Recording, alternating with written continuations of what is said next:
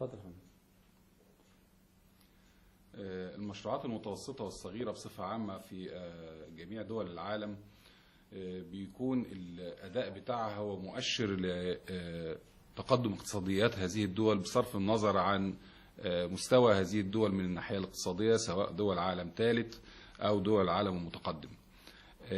إذا كنا بنتكلم في مصر وفي معظم الدول الشرق الأوسط والدول العربية، فاحنا بنتكلم في حوالي 90% من حجم اقتصاديات هذه الدول بيعتمد على المشروعات المتوسطة والصغيرة. من المشاكل الأساسية اللي بتواجه كل دولة في بداية دعم أو مساعدة المشروعات المتوسطة والصغيرة هو إن ما بيبقاش فيه تحديد واضح موحد على مستوى الدولة بالكامل ما هو المشروع الصغير وما هو المشروع المتوسط وما هي المشروعات متناهية الصغر. والمشروعات دي بصفة عامة المفروض بيبقى لها محددات. يعني على سبيل المثال احنا عندنا في مصر في قانون اللي هو القانون 141 لسنة 2004، ده اللي بيحدد المشروعات الصغيرة ومتناهية الصغر. كان القانون ده بيقول ان المشروعات الصغيرة بتبقى من حوالي 50,000 وحتى مليون، والمشروعات متناهية الصغر هي كل ما قل عن نسبة 50,000. قد يكون هذا القانون محدد واضح لحجم التمويل، ولكن ما حطش اي مؤشرات اخرى ممكن يسترشد بيها خلينا اقول الجهات الحكوميه ومنظمات المجتمع المدني اللي تتعامل مع هذه المشروعات لتنال الدعم. اهميه هذا المشروع التشريع هو انه بيوضح للمتعامل الذي يقدم الدعم لهذه المشروعات ان ده مشروع صغير وينطبق عليه القواعد، زي ما احنا بنقول بنحط كريتيريا عامه لهذا المشروع، فبنقول ان المشروع ده مشروع صغير او متناهي الصغر او مشروع متوسط، لان في دعم المفروض بيقدم من الحكومات وده على مستوى العالم ككل لهذه المشروعات زي ما قلت، لان في اقتصاديات اغلب دول العالم ما يزيد عن 90% منها بتكون مشروعات متوسطه وصغيره. طيب احنا لو حطينا فكره التشريع في الاساس او وضع محددات للمشروع المتوسط والصغير والمتناهي الصغر، المشكلة ان بيحصل فيه نوع من ازدواجية الرؤية ما بين هيئة حكومية بتتعامل طبقا لتشريع او قانون صادر في هذه الدولة، او بنك او مؤسسة تمويلية او مؤسسات المجتمع المدني non-governmental organizations NGOs بصفة عامة. فبالتالي بيبقى فيه نوع من الازدواجية في تقديم الدعم، لان ممكن انا بعتبر من وجهة نظري كبنك او مؤسسة حكومية او مؤسسات او منظمات مجتمع مدني، بعتبر من وجهة نظري ان المشروع المتوسط على سبيل المثال ممكن نقول انه يوصل حتى 10 مليون. قد يكون في التشريع لموضوع بالنسبة للدولة اللي بتتعامل معاه انه هو بيصل حتى 10 مليون وهكذا، حوالي 8 مليون او 7 مليون. اذا في اختلاف في الارقام اللي ممكن تضع لكل جهة من الجهات اللي بتتعامل مع المشروعات المتوسطة والصغيرة ومتناهية الصغر شكل آخر للدعم، وبالتالي الشريحة ما بتبقاش موحدة على مستوى الدولة. وده اللي محتاج انه يعاد النظر فيه تاني على مستوى الدولة بصفة عامة، ان احنا نقول المشروعات المتوسطة تعرفها، المشروعات الصغيرة مشروعات متناهية الصغر. ده الشكل العام ليها. طيب ايه اللي ممكن نقدمه علشان المشروعات المتوسطة والصغيرة ومتناهية الصغر نقدر ندعمها وتتحرك وتبقى آلية دفع اقتصادي داخل دول العالم الثالث بصفة عامة؟ أول حاجة أنا لازم أبص كيف يتم تأسيس مشروع متوسط الاس ام ايز بصفة عامة، متوسط أو صغيرة متناهي الصغر. ما هي المستندات اللازمة لاستخراجها ليصبح عندي أو أمتلك مشروع من هذه الفئة من المشروعات؟ مهم جدا ان احنا نبقى عارفين، زي ما بنتكلم في مصر بنقول سجل تجاري، بطاقه ضريبيه، بنتكلم على ترخيص مزاوله، لو في نشاط صناعي معين بيبقى في ترخيص صناعي. فاذا انا عايز اقول ان كل النقاط اللي احنا بنتكلم عليها دي محتاج ان انا اسهل اجراءات استخراجها علشان ما يبقاش عائق امام خلينا نقول المستثمر الصغير. احنا برضو بنعتبره مستثمر طبعا بالتأكيد من وجهة النظر الاقتصادية، المستثمر الصغير انه يقدر يستصدر هذه الوثائق والمستندات اللي بتؤيد نشاطه.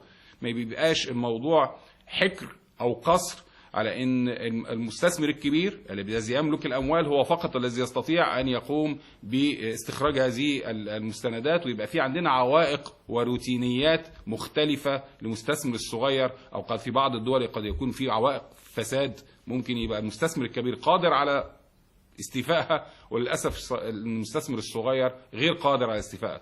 زي ما دايما بنقول في العلوم السياسيه ان الديمقراطيه بتعني ان رواد الاعمال من المستوى عايز اقول ايه الصغير والمتوسط حتى المستوى المستثمر الكبير بيتساووا جميعا امام القانون وامام الدوله وفي التسهيلات الممنوحه ليهم، بل بالعكس المستثمر الصغير يجب ان ينال ويحوز قدر اكبر من الدعم، لانه في اشد الحاجه لان يستطيع ان يقف بهذا المشروع امام التنافسيه الموجوده داخل الدوله وخارج الدوله في ظل اتفاقيه التجاره العالميه من صادرات قادمه من الخارج بتبقى فيها نوع من التنافسيه وبتؤثر على مستوى المستثمر الصغير من حيث الجوده ومن حيث السعر وخلافه، زي ما احنا شايفين على سبيل المثال المنتجات الصينيه اللي بتغزو الاسواق اللي موجوده دول العالم الثالث بصفه عامه ودول الشرق الاوسط وبصفه خاصه في مصر. فاذا احنا اتكلمنا على اول نقطه وهي نقطه التشريع ثم استخراج الوثائق الرسمية. ويمكن احنا عندنا هنا في مصر في خطوات تم اخذها خلال المرحلة اللي فاتت من خلال الغرف التجارية، وده كانت نقط قوة ان هو بيعمل حاجة اسمها الوان ستوب شوب، بيبقى فيه صالة واحدة موجود فيها مكتب السجل التجاري وتراخيص مزاولة النشاط عن طريق المحليات في كثير من المحافظات اللي مضت بروتوكولات بالفعل مع الغرف التجارية للتسهيل في استخراج تراخيص مزاولة النشاط والبطاقة الضريبية وخلافه.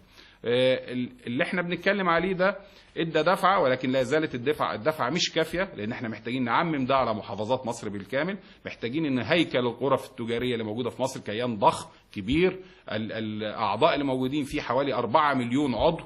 الهيكل الضخم والكبير ده محتاجين احنا نستغله بصوره افضل في انه يسهل اجراءات استخراج التراخيص ويدعم اكثر المشروعات المتوسطه والصغيره. لو احنا تعدينا مرحله استخراج التراخيص هنيجي المشكله الاساسيه اللي احنا كل العالم بيعتبر انها مشكله اساسيه للمشروعات الصغيره، وهي التمويل.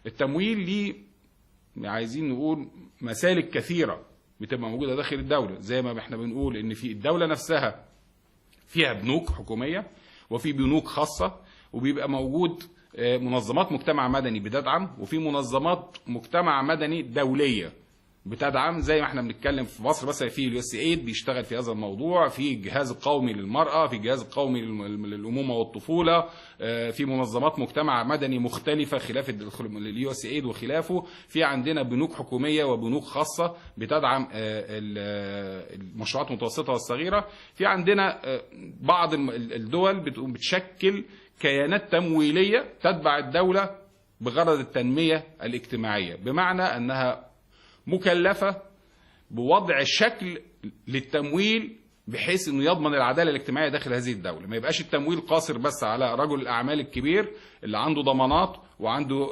تاريخ في السوق، والشباب والمشروعات المتوسطه والصغيره لا تستطيع ان تحظى بهذا التمويل. وده زي ما احنا عندنا في مصر مطبق من خلال الصندوق الاجتماعي للتنميه. الفوائد المفروض ان انا بفرضها على القروض لازم تكون فوائد مختلفة عن الفوائد اللي بتفرض على القروض للمشروعات الكبيرة. بمعنى ان انا ما ينفعش ادي لواحد اقول له المشروع صغير كل اللي محتاجه 20,000 جنيه الاقي ان انا محمله فوائد توصل ل 16 و17 و18%.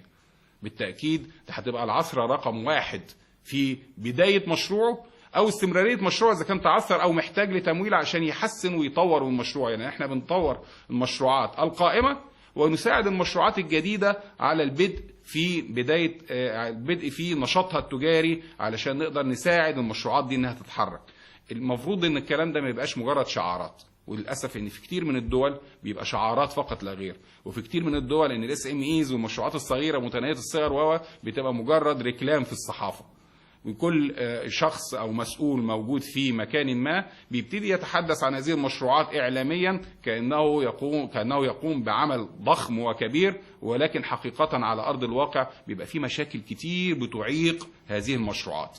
في ورش عمل المفروض بتقام علشان تدرس هذه التمويلات، في مؤتمرات، في اجتماعات، ولكن في النهاية لازم نقيس بالمحصلة على أرض الواقع. ما ينفعش ان احنا دايما بنتكلم على ورش عمل ومؤتمرات وشعارات وطنية الأحزاب واتجاهات سياسية، وفي النهاية ألاقي ان الموضوع بيخصص مليارات وعلى أرض الواقع لا يتم الإقراض لأسباب كتير.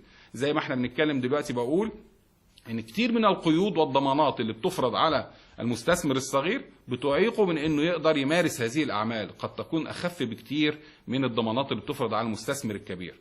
البنوك لو ناقشناهم، وده اللي حصل فعلا في مناقشات كتير وتداخلات كتير مع بنوك مختلفة سواء حكومية أو خاصة، مثلا على سبيل المثال في مصر بيبقى في عنده مشكلة في إدارة المخاطر. إن الشخص المستثمر الصغير لا زال تاريخه مش كبير، نشاطه قد يكون بحديث بيبدأ بيه، أو نشاط يعني عايز أقول حجمه ما بيديش الاطمئنان للبنك أو جهة التمويل انها تموله بالقدر الكافي. إن المستثمر الصغير بيبقى عليه الضمانات اللي احنا بنتكلم عليها، بتلاقي ضمانات عايز ضامن، وعايز سجل مثلا السجلات الأساسية بتاعته، وعايز إمساك دفاتر، وده في كتير من الأحيان ما بيبقاش متوفر، لأن بيبقى من وجهة نظره أن إمساك الدفاتر المنتظمة للحسابات وخلافه قد تكون عائق بالنسبة له في استمرار مشروعه، أو فرض ضرائب أكتر عليه، أو هو فعليا غير مدرب على استخدام هذه الدفاتر. وده الموضوع ده برضو على مستوى العالم ككل. يمكن كان لنا بعض الدراسات اللي احنا عملناها لبعض المشروعات اللي طبقت في دول أوروبا الشرقية قبل الاندماج مع أوروبا الغربية. كان في مشروعات كاملة موجودة في هذه الدول، فرضت من الدول غرب أوروبا على دول شرق أوروبا علشان تقدر تتمشى مع النظم الاقتصادية اللي موجودة في هذه الدول. بصراحة المشروعات دي كان أهم نقطة فيها هو أولا إنه الجزء بتاع طبعا التمويل بالأساس ده رقم واحد، والتمويل كان بياخد مسالك مختلفة حتى أنها قد بتصل في بعض الأحيان للمشروعات متناهية الصغر إلى القرض الحسن اللي احنا بنتكلم عليه دلوقتي في مصر. واحنا بنقول ان المفروض ان المرحله اللي جايه نوصل لان يبقى في قرض حسن لبعض المشروعات الصغيره او متناهيه الصغر اللي موجوده عندنا.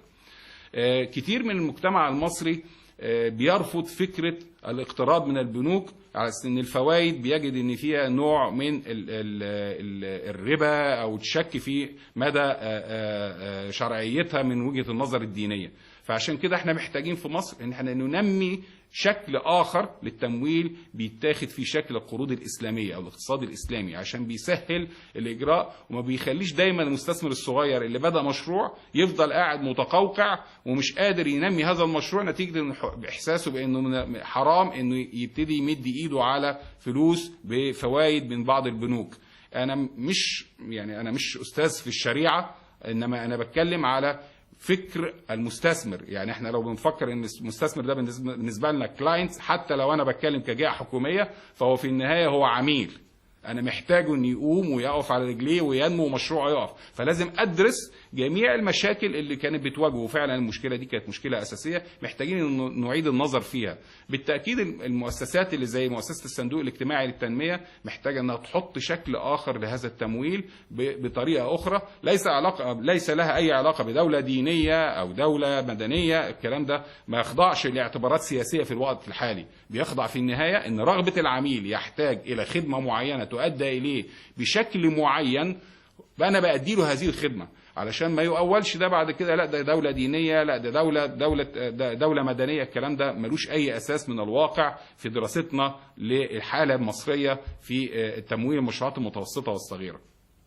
الضمانات اللي احنا بنحطها على المستثمر الصغير محتاجين ان احنا نخففها اكتر، ما وصلش المستثمر انه ييأس في النص ومع بداية فكره انه يبتدي يشتغل وينأسس مشروع، ييأس من كثرة المطالب التي ترهقه والتي قد لا يستطيع ان يحصل عليها من خلال يعني القنوات المختلفة. زي ما بقول قدرات المستثمر الصغير مش زي قدرات المستثمر الكبير، قدرات مختلفة. بالإضافة ان كلما زاد مستوى القرض وحجم القرض والمستثمر زاد حجمه في السوق، كان أسهل لإدارة المخاطر أنها تقرضه. المستثمر الصغير بيبقى مشكلة كبيرة. ويمكن احنا كنا خدنا مثال في احدى محافظات مصر عندنا، وانتقينا حوالي 20 شاب خريج سواء مؤهلات متوسطة او مؤهلات عليا، وليهم خبرات في المجال بتاعه من خلال يعني عايز اقول خبرات متوارثة من والده، من اسرته، من اهله، نتيجة عمله في اثناء فترة الدراسة. وحاولنا ندي الشكل ده ندي الشكل ده للبنوك وندي الشكل ده للصندوق الاجتماعي. ولكن للأسف 20 حالة رفضت في وقت من الأوقات بدون ما نذكر التفاصيل وفين، لكن 20 حالة رفضت. ليه؟ لأن هو ما كانش عنده الضمانات الكافية التي يستطيع أن يتعامل فيها معهم في إطار الإقراض والمتابعة وخلافه. فإذا احنا محتاجين ان احنا نحط شكل لإدارة المخاطر يمكن المستثمر الصغير وبالذات اللي بيبدأ مشروع ليه انه يقدر انه يستطيع ان يمارس هذا المشروع ويقدر يتابع هذا المشروع وينجح، لان مش مهمتنا فقط لا غير هي التمويل. واعتقد ان المشكله دي موجوده في معظم دول الشرق الاوسط والدول العربيه تحديدا، ان المستثمر الصغير اللي هو بيفكر في مشروع صغير ليه وبيبتدي عايز يبتدي، اداره المخاطر بتعيقه كثيرا في هذا المجال. قد يكون في بعض الدول الخليجيه بيبقى في تسهيل اكتر للشباب وشباب الخريجين بانهم يمنحوا القروض، ولكن نسبه المخاطره بتبقى اكبر والبنوك بتخاطر بنسبه اكبر، وقد تتدخل الدوله في بعض الاحيان لاعفاء الشباب الصغيرين من مشاكل الاقتراض التي لا يستطيع سدادها وما تؤثرش علشان ما تؤثرش عليه في المستقبل، سواء على مستقبله كناحيه دراسيه او خريج او خلافه، او مستقبله كمستثمر صغير. ولكن قد تكون هذه رفاهية غير متوفرة لجميع الدول، وقد تكون في بعض الدول خطأ، وقد تكون في بعض الدول الأخرى صواب طبقا للحالة الاقتصادية لهذه الدولة. احنا كده اتكلمنا عن التمويل، وقبليه اتكلمنا عن أسلوب استخراج التراخيص والوضع القانوني للمنشأة وإنشاء المنشأة الاقتصادية الصغرى، سواء اقتصادية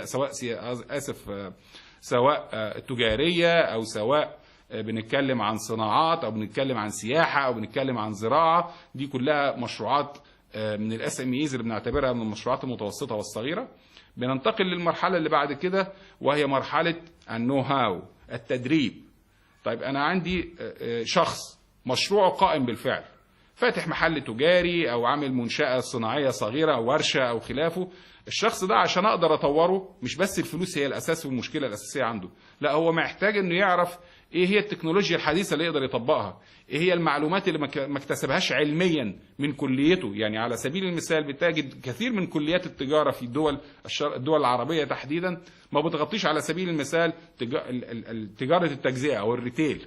الريتيل في حد ذاته ده محتاج دراسات خاصة لازم يحصل عليها الخريج، مثلا خريج كلية التجارة بيحصل عليها من شركات خاصة ليها خبرات عالية في هذا المجال، قد لا يستطيع أن يمول تدريبه للحصول عليه هذه الدورات، وقد تكون عدم قناعة منه لأنه هو واخد أساسا الخبرة التجارية بتاعته متوارثة عن أهله. ممكن تيجي بتتكلم معاه بتقول أنت لازم تاخد تدريب وهنساعدك وهندي لك دعم، وده فعلا ده الكيس اللي كانت حاصلة في وقت من الأوقات واحنا بنطبق بعض هذه المشروعات على أرض الواقع في كثير من المحافظات المصرية. فكان يقول لك لا أنا عندي خبراتي أنا وارثها عن أبويا وعن جدي، فأنا أعتقد أن خبراتي أحسن بكثير من اللي هتدرسوه لنا.